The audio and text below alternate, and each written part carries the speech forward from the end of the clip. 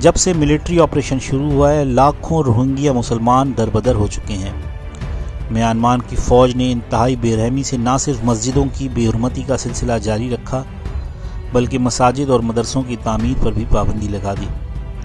Speaker سے اذان کو غیر قانونی قرار دے دیا گیا اور مسلمانوں کو پسماندگی کی دلدل میں دھکیلنے کے لیے ان کے بچوں کو سرکاری درسگاہوں میں داخلہ دینا بند کر دیا گیا، جبکہ سرکاری و غیر سرکاری دونوں طرح کی ملازمتوں کے لیے مسلمانوں کو صرف ان کے عقیدے کی بنیاد پر نااہل قرار دیا گیا۔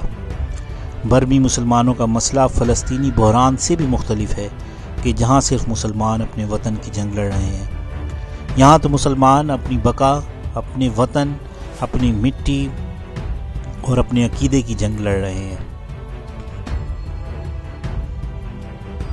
میانمار میں زیادہ تر آبادی بدھ مذہب کے پیروکار ہے۔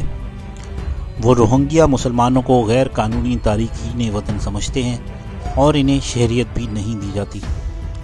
روہنگیا کی جانب سے طویل عرصے سے شکایت کی جاتی رہی ہے کہ ان پر ظلم و ستم ہو رہا ہے۔ پھر 2017 میں ملکی فوج کی طرف سے رخائن میں ایک بڑی فوجی آپریشن شروع کیا گیا۔ عالمی عدالت انصاف کی دستاویزات کے مطابق فوج پر الزام ہے کہ اس نے روہنگیا کے خلاف اکتوبر 2016 میں بڑے پیمانے پر منظم طریقے سے کلیئرنس آپریشن شروع کیا۔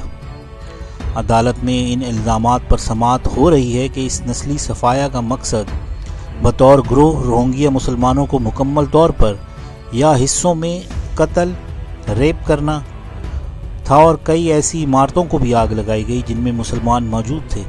اقوام متحدہ کے فیکٹ فائنڈنگ مشن نے بھی الزامات کی تصدیق کی ہے۔ اگست میں آنے والے ایک رپورٹ میں کہا گیا ہے کہ میانمار کے سپاہیوں کو منظم طور پر عورتوں اور لڑکیوں کے خلاف ریپ، گینگ ریپ، تشدد اور زبردستی جنسی افعال کرنے کو کہا گیا۔ گزشتہ مئی میں میانمار کے 7 فوجیوں کو قید سے جلد رہائی مل گئی جن پر 10 روہنگیا مسلم مردوں کے قتل میں ملوث ہونے کا الزام تھا۔ اس حوالے سے میانمار کا کہنا ہے کہ فوجی آپریشنز میں روہنگیا شدت پسندوں کو نشانہ بنایا جاتا ہے اور ماضی میں فوج اپنے آپ کو الزامات سے کلیئر کر چکی ہے۔ بہرحال عالمی عدالت میں یہ مقدمہ 1991 میں امن کا نوبل انعام حاصل کرنے والی آنگ سان سوچی کے بارے میں بھی ہے۔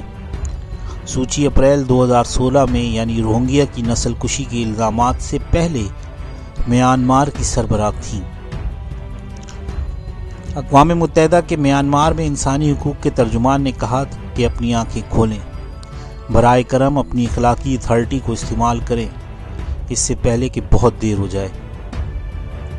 یہ مقدمہ ابھی عالمی عدالت انصاف میں ہے اور اس کا فیصلہ سالوں کی دوری پر لگتا ہے، مگر تب بھی عالمی عدالت کے پاس کوئی طریقہ نہیں کہ وہ اپنے فیصلے پر طاقت سے عمل کروائے۔